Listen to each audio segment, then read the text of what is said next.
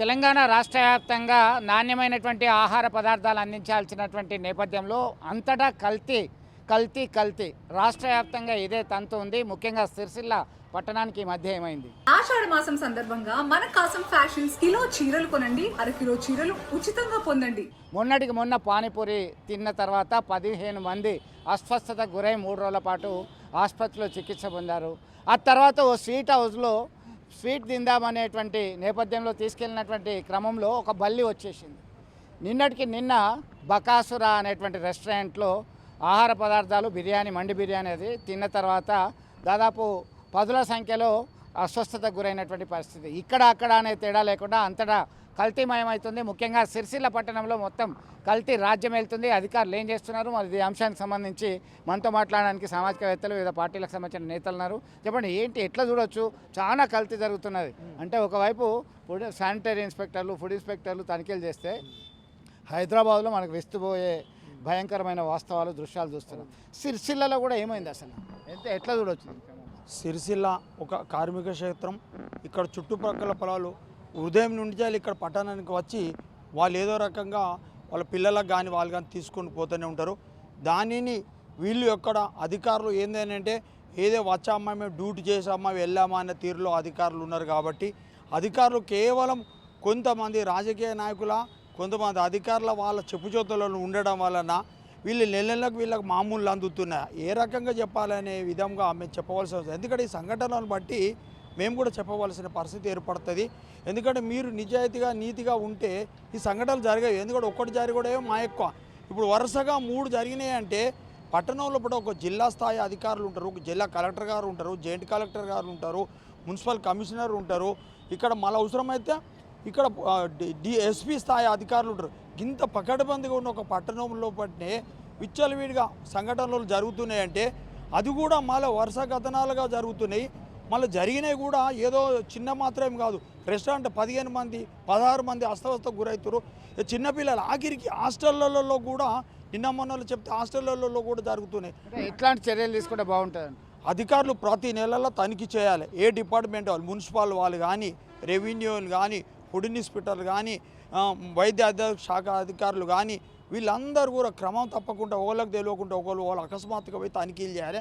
చేసినప్పుడు కూడా ఎప్పుడు వండిరు, ఏ డేట్ నాటి మీరు చేసిర్రు, ఎన్ని రోజులు చేసిర్రు అని అడగాలి. మళ్ళీ తిన్నవారి నుండి కూడా మీకు ఏమైనా ఇబ్బందులు ఎదురవుతున్నాయా అని చెప్పి తెలుసుకోవాలి. మళ్ళీ తెలుసుకోవడం కూడా మీరేదో చెప్పిపోవద్దు. చెప్పిపోతే కూడా వాళ్ళు తాజా చేసి అక్కడ పెడతారు. కాబట్టి మళ్ళీ లోపల వీళ్ళు పోయిన తర్వాత తాజా పక్కకు పెట్టి మళ్ళీ మొన్న వండింది మళ్ళీ పెడతారు. కాబట్టి ఆ తనిఖీతో కూడా వీళ్ళు చేసినది కూడా బయటకు రాదు.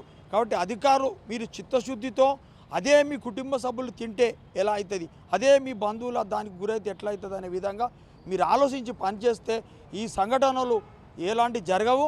ప్రజలు ఆరోగ్యవంతంగా ఉండరు. ప్రభుత్వ యంత్రాంగం మీద నమ్మకం ఉంటుంది.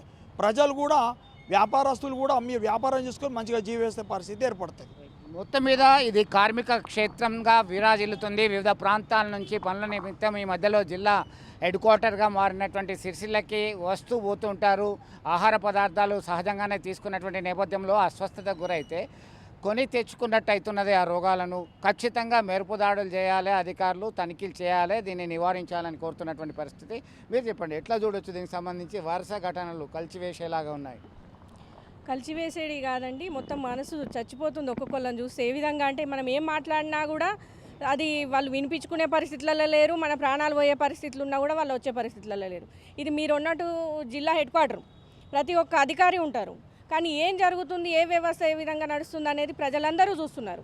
ఇప్పుడు మొన్నటికి మొన్న పానీపూరి కానీ, స్వీట్ హౌస్ కానీ, నిన్న బిర్యానీ పాయింట్ కానీ, ఇప్పుడు ఇవన్నీ ఎందుకు జరుగుతున్నాయి? మొన్న పానీపూరిలో జరిగినప్పుడు ఆ చిన్నపిల్లల హాస్పిటల్ అప్పుడే కొంచెం సీరియస్ చేసుకొని వారం 10 రోజులకు ఒక్కసారి మీరు కనబడండి ఆఫీసర్గా, కనీసం తనిఖీలు చేయండి. ఒక 4 షాపులలో వేస్తే 40 షాపులలో భయపడతారు కదా. ఒక రెస్టారెంట్లో వేస్తే ఇంకో 4 రెస్టారెంట్లు కొంచెం వాళ్ళు అలర్ట్గా ఉంటారు కదా, మేము నీట్గా మెయింటైన్ చేయాలి, అధికారులు వస్తారని. మీరు ఏ విధంగా వాళ్ళకు హామీ ఇస్తున్నారో తెలుస్తలేదు. కానీ వాళ్ళు విపరీతమైన ధైర్యంతో ఉంటున్నారు. ఇది అధికారుల లాలూచియా వ్యాపారవేత్తలతోని. ఎందుకంటే ప్రజలకు బిజీ లైఫ్లో రెడీ టు ఈట్ అన్నట్టు అలవాటు అయిపోయింది. రెడీమేడ్ ఫుడ్కి అలవాటు అయిపోయిండ్రు. ఫాస్ట్ ఫుడ్ కానీ, పానీపూరీలు కానీ, బిర్యానీలు కానీ.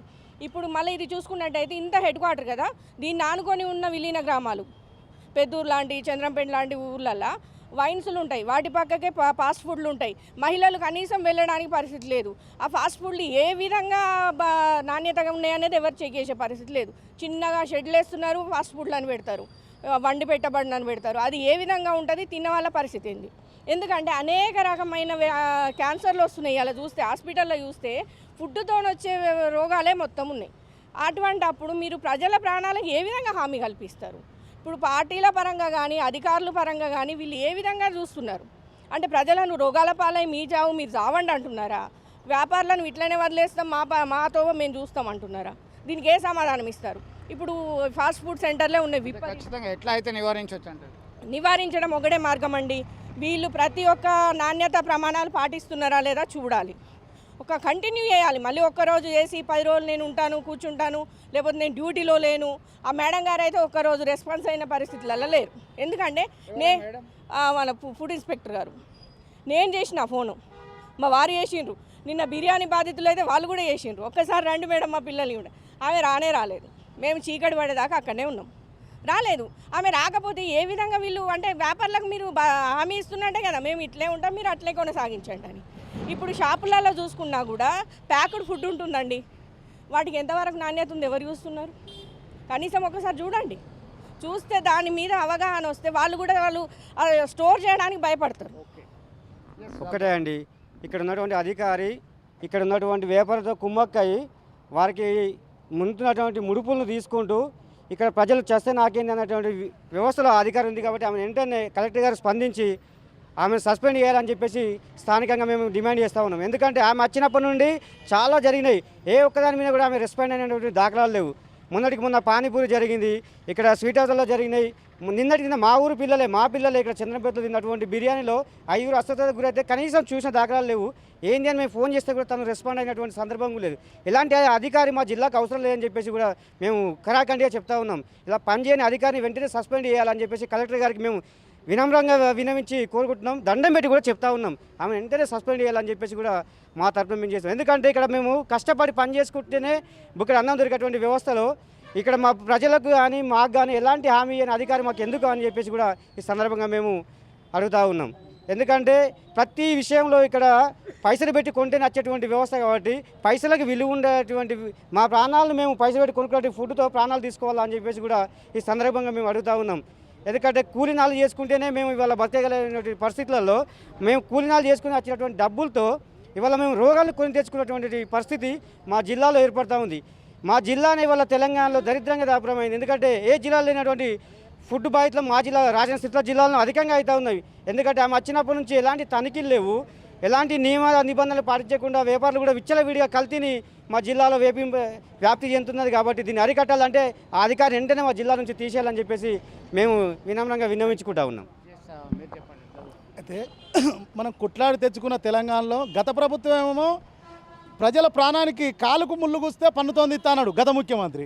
అప్పుడు కూడా ఆయన షాడో సీఎం ఇక్కడ ఉండే, మళ్ళా కొడుకు మంత్రి ఉండే, ఆయన ఉన్నప్పుడు కూడా జ్యోతిబా పూలేలో ఫుడ్ పాయిజన్ అయింది. ఆయన కూడా తొక్కిపెట్టిండు, మీ టీవీ మాధ్యమాలను తొక్కిపెట్టిండు, ప్రజలను తొక్కిపెట్టిండు. అక్కడ కూడా బాసరా ఐఐటీలో కూడా ఫుడ్ పాయిజన్ అయింది. ఇప్పుడు కూడా ఈయన కూడా ఇప్పుడున్న ముఖ్యమంత్రి గత ప్రభుత్వ ముఖ్యమంత్రి దగ్గర అదే బళ్ళకు స్కూల్కి వేయండి కాబట్టి ఈయనకు కూడా వంట పట్టింది. ఈయన ప్రజాపాలన అని చెప్పుకుంటుండు కానీ ఈయన ప్రజల ప్రాణాలకు రక్షణ లేదు. అన్లకల్లా తీసుకుంటే సిరిసిల్ల జిల్లాలో అయితే ఇక్కడ ఉన్న ఎమ్మెల్యే కనబడాడు, ఆయన పట్టించుకోడు. ఎందుకంటే ఆయన కామన్ ప్రజల ప్రాణాలను ఆయన హరిస్తాడు. ఇంతకుముందు మీరు మన నేరాల బాధితులను కూడా చూసిరు, తొక్కి పెడతాడు, ఎవరు ప్రశ్నిస్తాలని తొక్కి పెడుతుండే. ఇప్పుడున్న విప్పు గారు ఆయన శాసనసభ పరిమితమయ్యిండు, నేను విప్పును అంటాడు, ప్రోటోకాల్ కావాలంటాడు, ప్రోటోకాల్లో తొక్కి పెడతాను అందరిని. కానీ అక్కడ వెమ్లాడగా పరిమితమైండు. మన ఆయన ప్రభుత్వ విప్ అయినప్పుడు, ప్రభుత్వంలో బాధ్యత అయినప్పుడు ఇప్పుడున్న పాలనాధికారిని ఆదేశించి ఇప్పుడున్న ఫుడ్ ఇన్స్పెక్టరు మన ఫుడ్ సేఫ్టీ అధికారులను వాళ్ళను నిర్దేశించి పనిచేయరాదని నేను మీ ద్వారా అడుగుతున్నాను. టీవీ మాధ్యమాల ద్వారా ఇక్కడ ఫుడ్ పాయిజన్ అయినప్పుడు ఇక్కడ రెస్టారెంట్లు కానీ ఫాస్ట్ ఫుడ్ సెంటర్లో కానీ మీరు చూస్తున్న బేకరీలలో కానీ అయినప్పుడు ఆయన కనబడతలేదా? ఈ టీవీ మాధ్యమాలు చూడరా విప్పు గారు? మరి ఎందుకు చోద్యం చూస్తున్నట్టు నేను మీ ద్వారా అడుగుతున్నాను. ఎందుకంటే ఇప్పుడు మేము ప్రశ్నించే వాళ్ళు ఉంటే మరి మమ్మల్ని దొక్కి పెడతారా? అసలు మరి ప్రజాపాలన అని చెప్పుకున్న గొప్ప మీ ప్రభుత్వం ఏం చేస్తున్నట్టని మీ ద్వారా నేను ప్రశ్నిస్తున్నాను. ఇప్పటికైనా పాలనాధికారి గారిని ఆదేశించి ఈ ఫుడ్ సేఫ్టీ అధికారులను ఇంకా ఎక్కువ స్ట్రెంత్లో ఇది వర్షాకాలం, ఇంకా మనకు వర్షాలు పడతలేవు, ఈగలేవు. ఇంకా 4 రోజులు అయితే ప్రజల ప్రాణాలు హరిస్తారా, మీరు ప్రజల పాలనను రక్షిస్తారా అని మీ ద్వారా నేను హెచ్చరిస్తున్నాను, డిమాండ్ చేస్తున్నాను, రిక్వెస్ట్ కూడా చేస్తున్నాను. ఈ పాలనాధికారి గారు ఈమె మీద మంచి పేరు ఉంది, మేడం గారు ఈమెనన్నా అందరి ప్రజల ప్రాణాలను రక్షిస్తారని మీ ద్వారా నేను రిక్వెస్ట్ చేస్తున్నాను. మొత్తం మీద జిల్లా కలెక్టర్ ఇప్పటికైనా స్పందించి సరైనటువంటి చర్యలు తీసుకోవాలని చెప్పి కోరుతున్నారు. ఇక్కడ అక్కడ అనే తేడా లేకుండా రాష్ట్ర వ్యాప్తంగా జరుగుతున్నది ఒక తంతు, అలాగే ఉమ్మడి జిల్లా వ్యాప్తంగా జగిత్యాల, కరీంనగర్, ఈ పెద్దపల్లి, సిరిసిల్ల ఇట్లా వరుస ఘటనలు జరుగుతున్నాయి. ముఖ్యంగా సిరిసిల్లలో అయితే అత్యధిక బాధితులు ఉన్నారు. దీనికి ప్రధానమైన కారణం చిత్తశుద్ధి లేకపోవడం, అలసత్వంగా ఉండడమే అని చెప్పి వారు స్పష్టం చేస్తున్నారు. ఇప్పటికైనా నిరంతర తనిఖీలు, మెరుపుదాడులు చేసి కఠిన చర్యలు తీసుకుంటేనే ఈ కల్తీ నివారించవచ్చు అని చెప్పి కోరుతున్నారు. వేడిజల్లి సుమంత్తో కలిసి చంద్రశేఖర్, RTV, సిరిసిల్ల నుంచి.